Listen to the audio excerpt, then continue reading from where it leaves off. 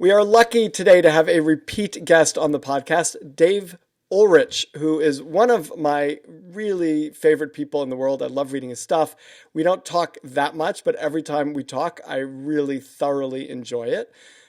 He's sort of a full human being, which is not always the case with people. He has written over 30 books. He's an icon in the world of sort of HR and leadership and sort of organizational capability. He has written a new book that I have just read called Reinventing the Organization: How Companies Can Deliver Radically Greater Value in Fast-Changing Markets. And actually, first I should say, Dave, welcome to the Bregman Leadership Podcast. Peter, what a privilege to be with you again. I appreciate being with you. You're a great thinker and a great partner, and I hope this was a great conversation for those who listen. Thank you so much. I appreciate that. And you know, Dave and I were talking before the show, and I just said, look, let's just have this conversation on air, because we're going to get to the book, and the book is about reinventing the organization, but we're also talking about reinventing ourselves in a sense. And I was saying to Dave, I had to move our appointment, which he graciously accepted and rescheduled, because I had a medical issue that really knocked me out. And everything's fine as far as I know. Everything's fine.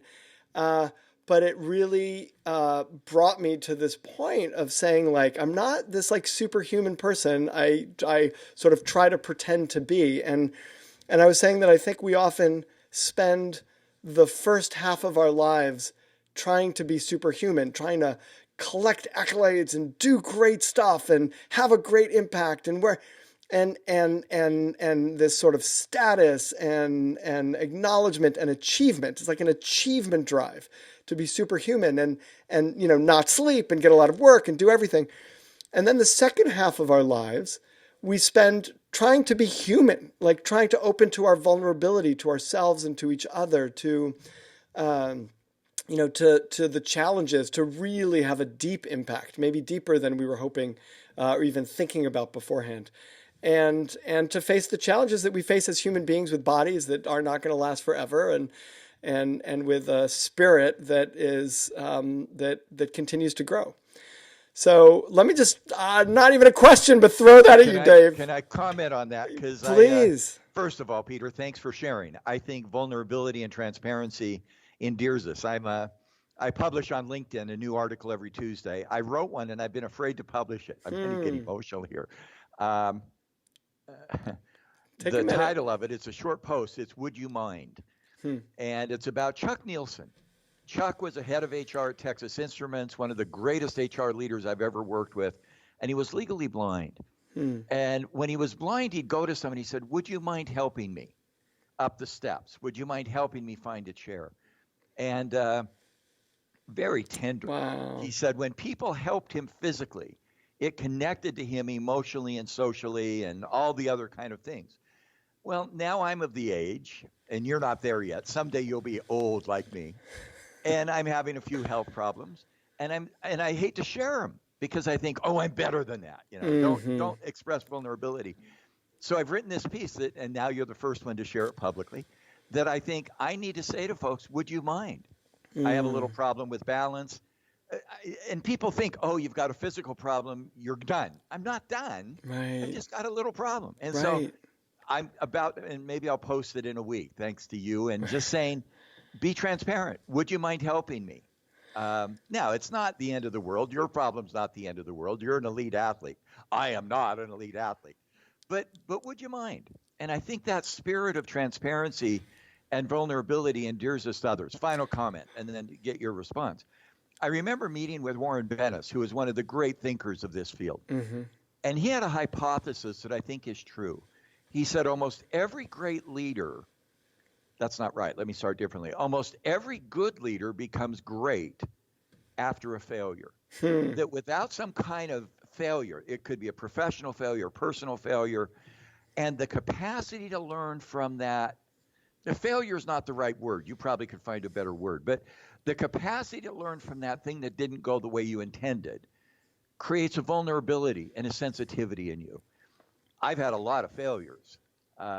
And I hope, rather than hiding from them, I learn from them. And so I think what we face physically are not mistakes, they're not losses, they're learning opportunities. And I know you've had Carol Dweck on the program twice. I think her work on growth mindset is just spectacular. Right. I made my wife that's not true. I had somebody make my wife a pillow. I can't embroider. And it said, I'm not failing, I'm learning. Yeah. And so I think the physical part of life is the source of learning. You know, And I think that's what leadership is. So I just had a conversation with a guest, Tim Clark, on psychological safety, and he has these 4 levels of psychological safety. And number 2 is learner, like inclusion safety, and then learner safety, and then contribution safety, and then challenger safety. And one of my comments in the conversation is learner safety is actually much harder than all of them. The only reason challenger safety is hard, the only reason it's hard to be challenged is because it means I have to be in a place where I don't know. And I could be open to being wrong. And that's what makes it so hard to create that environment, is because it's so hard for a leader to say, I don't know, and I'm willing to be exposed publicly in not knowing when I'm challenged so that we can figure out together. And that's incredibly powerful, but incredibly vulnerable. it is. And that vulnerability, I think, softens us. And whether it's a physical issue that, then again, your case study that's not life-threatening, but it's something that causes you to pause. For me, it could be a whole host of things that didn't go well. In fact, one of the exercises, I'm going to do it tonight or in about 2 nights with a group of college kids. And I know we're not into the book, but I think this might be interesting for readers. And it's from my wife, who's very good in this space. She's got her PhD. I'm going to say to them, think of something that didn't go well for you, that was really traumatic. And I've done this with executives. It could be personal, around a divorce or a relationship, could be physical, could be professional. How did you feel? And the feelings were always vulnerable, at loss, I failed, blah, blah, blah. And say to them, just spend 30 seconds living with that.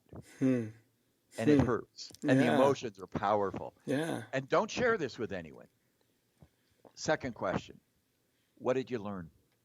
What did you learn? And it takes 20 or 30 seconds, and then people start saying, I'm better than I thought I was. By the way, I'm pausing on this with the physical stuff I'm facing now. Yeah, and take your time with this. Like, it's really an emotional thing. Right. I'm okay. Right. I don't have to be good at that I didn't do as well on to be good. And there's a loss. And I hurt. And there's a loss, and you hurt. Right. And I'm sure, I mean, I won't ask you to do that, but we've all had things that didn't go well. So what did you learn? Right. And then the third question, what didn't go well? What did you learn? And don't rush this. The third one is, how critical has that been for your life's journey? I mean, for me, and I'll share the one that I'm not as emotional about as I am with the physical one today. I went through school pretty quickly. I know you went to Columbia. I went to school. I got my degree, all that good stuff. Went to the University of Michigan and didn't get tenure. Big setback professionally. Right. And it's a complicated story. It was devastating personally. Well, I stayed at Michigan. I have a job. I'm a chaired professor and all that, but I didn't get tenure. And you know what? That's probably one of the greatest lessons of my life. What did you learn? My goal in ideas is not the position I sit on. It's the impact I have on others. And I had a great dean. And he came to me and he said, Dave, you don't have tenure. We're going to create a perch for you at Michigan where you can do the work you love and it will have impact. Right. And we'll give you a 3-year renewable contract every year, which is essentially, 3-year rolling. I don't need tenure. He said, you don't need tenure. Go do what you do. And now 30 books later and a chair professor, people have said, do you want tenure? No. I mean, that for me was such a great lesson. I'm not driven personally by the status, by the position. I'm driven by the ideas and their impact. So without being as personal as I just was, I won't ask that of you. Again, you don't need to share what the experience was. No, I'm happy. Something you learned from a difficult experience that has shaped. You are one of the most successful people in this business. Your books are powerful. They're impactful. I look through your podcasts and I encourage your listeners to go look at that list of 30 or 40 or 50 podcasts, 100.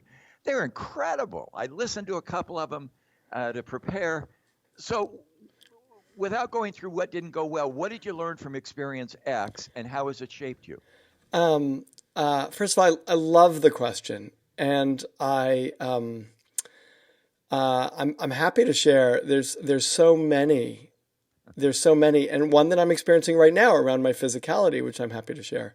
In fact, why don't I share that one? Because in some ways it's the most vulnerable, because it's what I'm experiencing right now. So I woke up and I was skiing in the morning, and my left hip started hurting, and by the end of the by the end of the night, I couldn't stand. I was in excruciating pain. The next morning, I couldn't stand. I was in excruciating pain. And I'm now 52. When I was 50, I got a shingles shot to avoid shingles, and a week later, I got a full blown case of shingles. And then after that, I was on a bike. Maybe a month and a half, 2 months later, I was on a bike and I hit a pothole, and I went headfirst into a parked car. I dented the car. Was in the emergency room, and then since then my right hip's not really like nothing's like the way it was, and now like it's a few years later, and I've got this excruciating pain, and it sort of brought me in terms of and this is one failure, like this is a failure of someone who, by the way, I've worked out throughout that every single day. Like I can't not move my body. It feels like I'm not alive if I'm not, like I'm moving my body. Like I work out hard and I push myself like an athlete. So like I do, like my heart rate's up really high. I'm pushing myself. People comment when they see me working out in the gym. Like I'm not like reading a magazine on Stairmaster. I'm like really doing all sorts of, jumping and running, and to come to this place, which is where the learning is. I mean, I'm in the middle of it right now, which is to say, like, I'm moving into a different part of my life. Now, please God, I will be fit and healthy and able to move for another 50 years. But it's not going to be the same as the first 50 years. I can't keep competing with my kids, like on who can run faster. like I'm no longer, I mean, the real learning for me is I'm no longer training to be an athlete. I'm training to be fit and healthy and mobile and pain-free for the rest of my life, or as much as I can. And the truth is, I don't even have control over that. But I know that pushing myself so hard, working at all hours, like doing this, like I've talked about it and I've said it before, but I feel it in this visceral way that also leaves me with a certain excitement about what the next 50 years can look like. God, his name is just slipping me. Richard Rohr, who's the Catholic priest, a beautiful writer. He wrote this book called Falling Upward about the second half of life. And it's like what I care much more. And maybe it took me longer to get here, but like I've always cared about impact. But now that I have some degree of sort of status and power and privilege in the world, like, how do I want to use that to make an impact on things that are important as opposed to just like my own success? And so I'm really, and I want to say just one last thing is I pulled up while you were talking a poem that I just sent to a friend of mine that I felt so deeply, because when my sister-in-law drove me to the emergency room, and when I was literally on the x-ray table weeping because it was so painful for me. I mean, I was crying, and the kindness that she showed me, and then I got this poem that was sent from a friend to a friend, but I was part of the list that it was sent to, who's going through cancer. And the poem is by Naomi Shihab Nye, and the poem is called Kindness. And I just want to read it to you because I think it'll be touching to you and to everybody. Before you know what kindness really is, you must lose things. Feel the future dissolve in a moment like salt in a weakened broth. What you held in your hand, what you counted and carefully saved, all this must go so you know how desolate the landscape can be between the regions of kindness. How you ride and ride, thinking the bus will never stop. The passengers eating maize and chicken will stare out the window forever. Before you learn the tender gravity of kindness, you must travel where the Indian in a white poncho lies dead by the side of the road. You must see how this could be you, how he too was someone who journeyed through the night with plans and the simple breath that kept him alive. Before you know kindness as the deepest thing inside, you must know sorrow as the other deepest thing. You must wake up with sorrow. You must speak to it till your voice catches the threads of all sorrows and you see the size of the cloth. Then it is only kindness that makes sense anymore. Only kindness that ties your shoes and sends you out into the day to mail letters and purchase bread.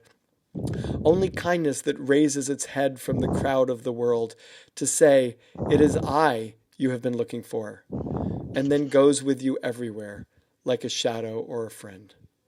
Wow. That's just a sweet poem, but I'm really touched by your story. And so to tie it to what I hear, like many of us who are ambitious, we achieve, we achieve, we achieve. And then we realize when we fail that the achievement is not about us. And what I hear in your story is the achievement and the kindness is not what I do. It's how others get something because of what I do. And that the value is not what I create. It's how what I create creates impact on others. And by the way, if that's some of what you learned from your sister-in-law, from a set of life choices, my bet is from 52 to 82 and 92 and hopefully 102, your life changes. And by the way, and the question we started with is, how do disruptions, how do difficult things, physical, emotional, social, lead to better? And I think that's the message, or one of the key messages, is that turning a lemon into lemonade. I mean, the stories are trite. Carol Dweck's brilliant work. I'm not failing, I'm learning. Fail upward. I love that metaphor. Fail forward. That's all true. And that's true for leadership. It's leaders. If you get a leadership job and you never push yourself past your capacity, you'll never grow. Right. In fact, one of the things that I think is a great interview question is, so where did you fail? Why did you fail? What did you learn? Was it the right issue? Somebody once said to me, when we have a senior management meeting, and by the way, I could stay on the personal stuff for a long time. I so appreciate your being so tender. And because I think people don't realize there's a person behind the books and the articles. And somebody wrote a blog about 2 years ago, Ulrich should die. And I wrote her back and I said, I'm not dead. And she said, but it's your ideas. And I said, there's a person here. Yeah. And I just find that really rude. So Right. I appreciate the humanity. I mean, I'm in this field because of people and nurturing people and helping people. And I really appreciate it. But well, actually, let me ask you a question around that, because I thank you. And I appreciate it in you too. And it's, and I think, well, here's my question. The challenge of learning from failure, not just failure, but learning from failure, which is the point that you brought up, which feels really important, is that the next move after failure is risk. And so I'm happy to use myself as an example, which is I am used to, at a certain level, I've been lucky. I've been incredibly fortunate that I could do work that I love, that I feel contributes, and that could provide, right? That I could make enough money from to provide for my family, that I could contribute, that I could do stuff that I love. That's the trifecta, and it's great. And as I hit this next point, the failure that I'm facing and how it's making me think, what I want to do is prioritize contribution, not over passion, but over personal gain. To prioritize. I've never left contribution for personal gain. I've never done that. I mean, maybe at times I've done it, but I've really tried to balance those two things to say, I want to always make sure I'm contributing. I want to always be thoughtful about the clients I'm taking on. I always want to work on stuff that I think matters and makes a difference. And I want to do it in a way in which is profitable. But now I'm saying I want to take the risk of prioritizing contribution over profitability, right? And this is maybe the most vulnerable thing I've said, but that feels very scary to me. I mean, I've got kids in school. I've got like an apartment on the Upper West Side. And it feels both really important and really risky. And I'm wondering if you have thoughts around it. I'm laughing inside, and thank you for confirmation. I think I've written, and you were so gracious. I've written a lot of books, and books and you've written some incredible books, The 4 Seconds, The 18-Minute, and I could go on and on about the great books you've written. But books have a big idea. And I started about 2 years ago deciding to post less big ideas on LinkedIn. So I write an article every week. I posted 95 articles on LinkedIn the last 2 years. The article I'm posting, and I post a long post, 1,200 words, and a short post. You would appreciate that every other week. Mm-hmm. The article I'm posting next Tuesday, and it's just this issue. Right now, our world is filled with resilience, grit, learning, perseverance. My sense is a lot of that looks back, and that's how I've done coaching. Mm-hmm. What did you learn? What didn't go well? I think there's another coaching model, and I'm going to call it celebrate and savor. Mm-hmm. So if I were coaching you, I'd say, boy, you've learned from a lot of tough things. At this stage of your life, what would you like to celebrate? Where would you like to be? What's the image you have of yourself in 3, 5, 10, or 15 years? And start not with what's wrong and where you failed, but start with an aspiration and an opportunity of where you want to go. Mm-hmm. I think, by the way, these are not mutually exclusive. It's your virtuous cycle. You got to do both. I think almost in some ways what we just talked about has almost been overdone. Where did I fail? What did I learn? How did I grow? I'd like to now ask you, so what is success? Mm-hmm. What's that vision you have of yourself, given where you are? And then it's not about risk. It's about opportunity. I think your will to receive that opportunity overcomes your fear of failure. Fear of failure is the risk. So where do you want to go, Peter? Who do you want to impact? I love that, and I think we could hold both. Meaning, I wanna have the contribution. I want to. I feel like, emotional courage, the willingness to feel, which is really the thing that drives our willingness to connect. So when I think about David McClelland, right, and his 3 motivations, right, achievement, power, affiliation. So power and influence, let's just put that aside for a second.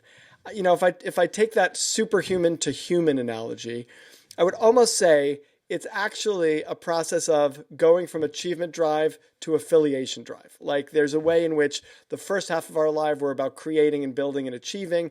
And then the second half, at least maybe this is not global. Maybe this is just for me. And I certainly don't leave the affiliation behind. It's always been important to me.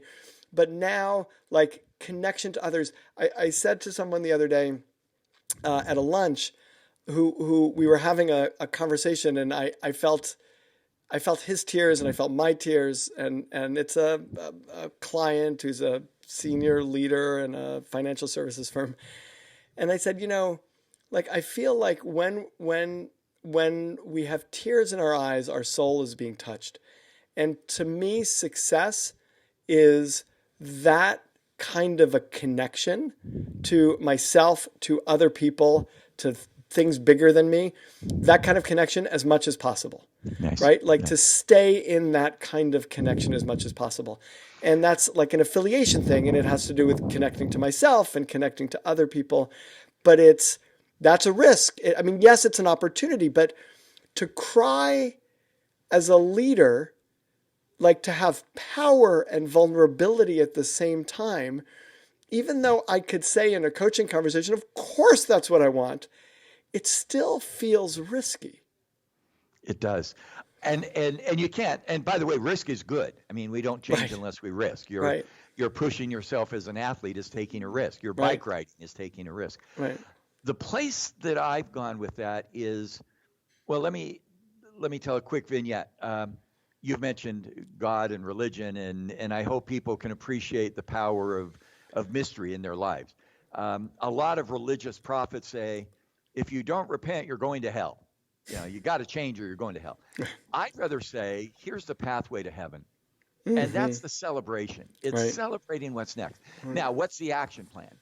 And if I were to come back to you in all of this achievement, affiliation, and power, and I was reading through the incredible podcast you've got and seeing all these great ideas of psychological safety, of your work on the 4-second pause and mindfulness, of Whitney Johnson's work on disrupt yourself. Again, I'm encouraging people to look at your podcast.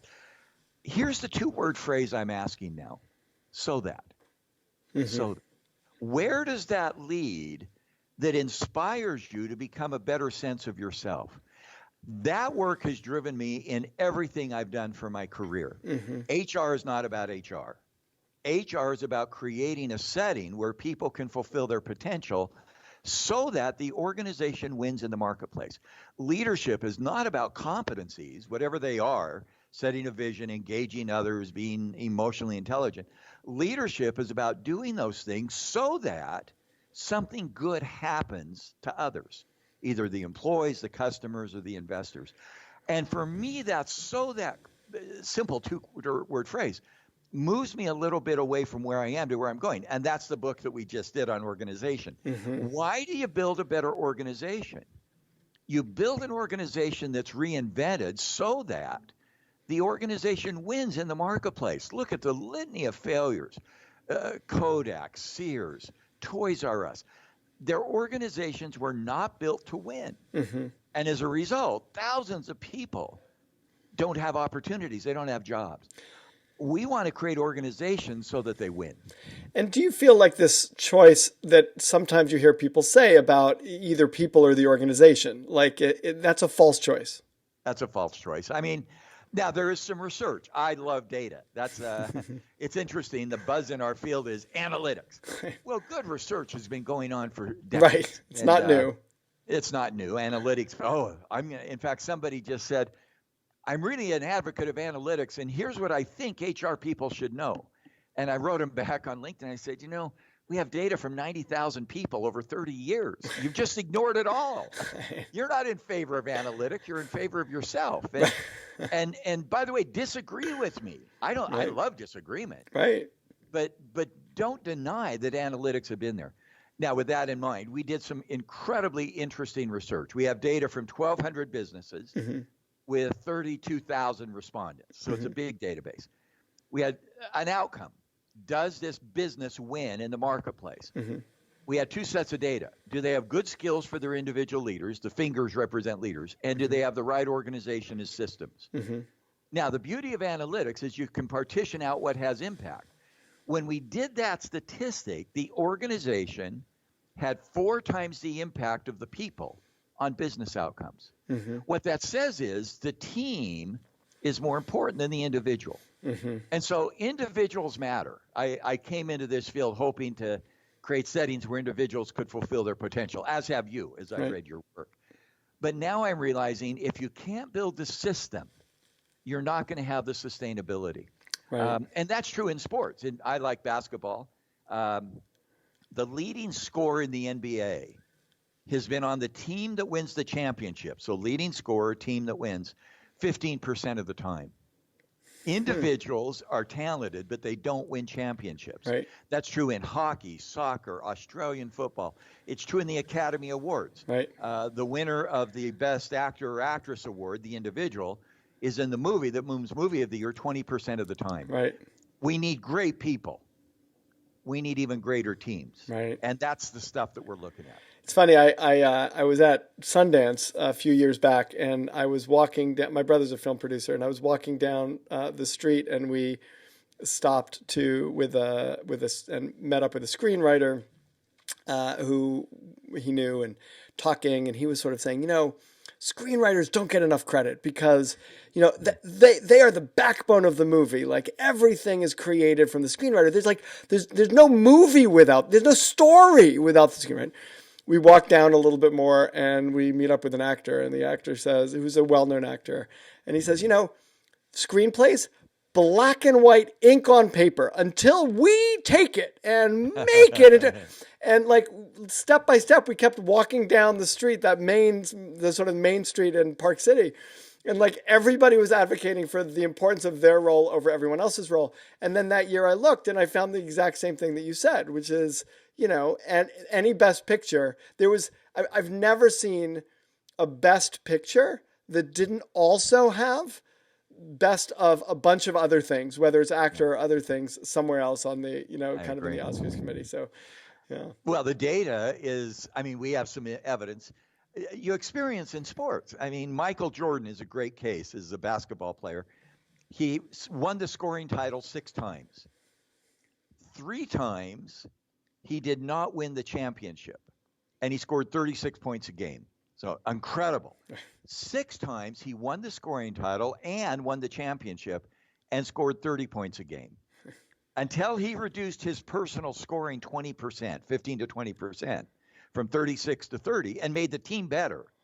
They didn't win the championship. Right. And I love your example. Yes, we need a good screenwriter. We need a good editor. We need a good director. We need a good actor or actress. But it's the ensemble that brings that together. Right. And that's what organizations do. And so, and I know we're taking a lot of time on this, and I don't need to beat it to death, but that's what we wrote this book about. How do you create an organization that makes the whole more than the individual parts? And what are some of the emerging insights about what that organization does? One example, a hot topic today, and again, we could talk forever, and your people are probably just scared because we're both going to die from our physical problems. But culture is a hot topic. Right. The issue is not culture and I push this and not everybody agrees. Culture is not the roots of the tree. It's not your embedded values, your norms, your expectations. It's how that identity in the marketplace, outside in, becomes real inside. Mm-hmm. And so in almost everything we do in leadership, talent, HR, organization, is building an internal set of actions that connect to an external set of value creators. Right. If HR doesn't help the organization win in the marketplace, there is no workplace. Right. It's as easy as that. There is no psychological safety. There is no vision. There is no morale. Right. You got to win in the marketplace. Now, if you win in the wrong way, you're not going to sustain it. I get that. Well, and if the only thing that matters is winning, you probably will end up winning in the wrong way. And it won't be sustained. The cycle gets broken because people see that. Right. And we see evidence of that for leaders as well as for organizations. But what I love about the start of this conversation is it started where I think you and I began our careers, around personal. Why do you choose to go into organizational behavior or HR or leadership instead of becoming with your brother a great director or movie producer? Or you have the look, you could have been a great actor. But no, you're very generous in this whole conversation. Well, I'm reflecting my old age, and I'm trying to be affiliative back to you. But we all could do other things. Right. And we choose this because I actually believe organizations today are one of the most powerful settings for good and bad in the world. Right. I look at where I'm sitting. I'm in a house with an ocean behind me. You're in a beautiful setting with a lovely couch, a lovely painting, clothes that we wear, the glasses. Everything that I see surrounding you came because of an organization. Mm-hmm. The headset you've got, the technology we're using, the glasses we've got, the picture. Organizations created all of that. Right. They took individual capability or competence and built that into an organization. That's my passion, is how do you navigate that transition and keep it alive? How do you reinvent it? And also, I think, make it human, like really recognizing this, like it's an organization is a gaggle of human beings all trying to work together to accomplish some collective aligned purpose. Absolutely. And it's hard. Yeah, and it's hard. It is hard. Right. The most sacred organization in the world is probably the family. Right. And in America, at least 50% don't make it. Right. And that's that's why this is getting individual skills we can get. You go hire somebody who's bright. You train them. You give them experience. We Right. learn how to do that. Getting those 5 people in Park City as you walk down that beautiful street, Mm-hmm. and imagine if you had a lasso, and you could lasso the screenwriter, the actor, the director, the editor, and say, "There's 5 of you who are great. Can I bring you together and create an organization that will go produce something that's magical?" Right. Boy, is that exciting. And That's when my that that's my happens, brother's job, right? That's the job of a producer, which is to sort of start and then pull everybody together, and then I'll have him on the podcast. you should, because that is, and it's magical, and Right. it works, and it's Right. not, and it's outside in. It's not just about the people or the event. It's building it. A quick anecdote, stupid anecdote. We have 3 kids. We have 10 grandkids because we're old. A year ago, they said, "What are we going to do for family vacation?" They voted, we're going to go to Disney. And I said, "Okay, we'll go to Disney." We showed up at Disney with 16 of us, 8 kids at the time, 8 adults. It's hot. I'm sweaty. And a woman comes up and she says from Disney, "This is the happiest place on earth." And I looked and I said, "Not for me. Right. I'm paying for 16 people. I'm sweating. We had to stay on property to get the whole experience. And I'm grouchy." And so we go through the Disney day. About 2/3 of the way through the day, the kids are acting up. We have 2 kids in diapers. We go in to see Cinderella. And we were lucky enough, because there's so many of us, to have a private audience. Our granddaughters, who at the time were 8 and 7 and 7, they sit there and they're kind of tired and grouchy. I don't know how old your kids are, but 8 and 7 are girls' strike zone. Out walks Cinderella. And the world stops. Oh. And they look at her with these big eyes. And they turn around and they say, "Grandpa, she's real. Grandpa, she's beautiful." And then they turn over and they come grab me and say, "Grandpa, thank you." And I just melt. And And I Disney go, becomes the happiest place on earth. and I go, well, actually, I went, "Crap, I'm going to come back." Right. I mean, and we're going to do it again. And what hit me is, look at all the things Disney does: screenwriters, scripts, costume, makeup, stories, that allow those 3 daughters Right. to go, "Grandpa, thank you." Right. That magical moment is not an accident. Right. That is not an accident. Right. And it's that experience that gets replicated in Disney millions of times a year. Right. And I think, how do you create that kind of magic so that Grandpa, I'm not enamored with Cinderella, but I am enamored when my grandkids are Right. enamored. Right. And Disney's figured that out. And Right. how do you create that in organizations that is sustainable? And Disney's just a remarkable example. We have been speaking so delightfully with David Ulrich. Dave Ulrich. He has written with Arthur Young, Reinventing the Organization, How Companies Can Deliver Radically Greater Value in Fast-Changing Markets. The book is great. The man is awesome. I hope you have enjoyed the podcast and gotten value out of it. The book really is it's like a textbook, not written as a textbook. It's much more interesting, but it's a textbook in that it paints a very holistic, strategic, integrated view of how to sort of walk through developing or reinventing your organization, developing an organization that could deliver radically greater value. So, Dave, as always, it is such a pleasure to connect with you, and I so appreciate you being on the Bregman Leadership Podcast. Peter, what a privilege. We should, thank you. We should, we should do a book together. I'm titling it Bregman Ulrich Management Strategy. It would be called Bums. And I really appreciate your service to the community by doing these. And